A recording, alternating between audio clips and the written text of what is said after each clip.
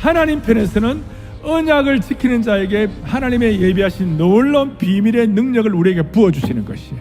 그러니까 여러분, 샌드위치가 있는데 내 편에서의 한 면은 내가 하나님의 언약에 대해서 눈을 뜨고 언약을 지키고, 또 하나님은 하나님 편에서 우리에게 언약의 능력을 보여주시는 것이에요. 하나님의 언약을 통하여 우리는 아무것도 아니고 우리는 너무 창피하고 부족하고 이런 존재인데도 불구하고 하나님께서 우리에게 속박되어 계시는 것이에요.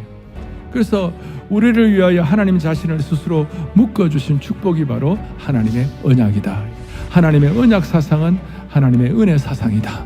하나님의 언약이라고 쓰고 하나님의 사랑이라고 읽는 거예요. 하나님의 언약이라고 쓰고 우리는 목자의 심정이라고 읽는 것이에요. 하나님의 언약 안에 있을 때 우리의 삶의 질서가 유지되고 우리의 삶의 안정을 갖게 되고 우리의 삶이 바로 나가게 되는 겁니다. 하나님의 언약 사상의 근간, 중요한 기도의 제목 4가지를 말씀을 드릴 거예요. 하나님의 언약의 자손이 된 사람은 어떤 사람인가? 그가 택할 길을 그에게 가르쳐 주시리로다. 첫째, 인도하신다. 언약적 하나님의 자손에게는 하나님의 인도가 있게 되는 것이에요. 왜냐하면 하나님의 백성들에게는 그의 택할 길을 가르쳐 주신다고 하셨어요. 날마다 택할 길을 가르쳐 보여주신 주님을 찬양하는 것입니다. 두 번째는 그의 영혼이 평안히 산다. 하나님의 언약의 기도 안에는 우리 영혼이 평안히 사는 것이 포함되어 있는 것이.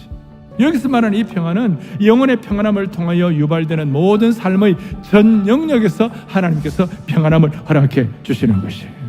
그런데 영혼이 평안하려면 영이 육을 지배해야 돼요. 영이 육을 통제하게 되면 육신의 평안이 자연스럽게 따라와가지고 우리의 삶이 평안한 하나님의 언약의 축복의 경제에 들어가게 되는 겁니다. 세 번째는 뭔가? 그의 자손은 땅을 상속하리로다. Succession, inheritance, GPS, guidance, peace, succession. 구약에서 이 땅은 축복의 대명사예요. 오늘 그의 자손이 땅을 상속한다는 말은 하나님이 주시는 이 지경을 넓히는 축복뿐만 아니라 영적 기업까지도 허락해 주신다 이 말이에요. 자녀들이 하나님 앞에서 자랑거리가 되도록 만들어주시고 그 자녀에게 믿음의 계승이 되도록 만들어주시는 거예요. 그리고 부모의 언약의 기도가 자녀의 평생의 축복이 되도록 만들어주시는 줄로 확신합니다. 영적인 땅의 축복의 어떤 그 자리에 입주할 수 있도록 입주권을 주시는 것이, 새하늘과 새 땅에 들어갈 수 있는 입주권을 주신 주님을 찬양하는 것이. 근데 GPS만 있으면 뭐예요? 이 GPS가 작동을 해야지. 이 세 가지보다도 가장 강력한 기도의 제목이 뭐냐? 여호와의 친밀하심이 그를 경외하는 자들에게 있도다. 하나님과의 친밀함입니다.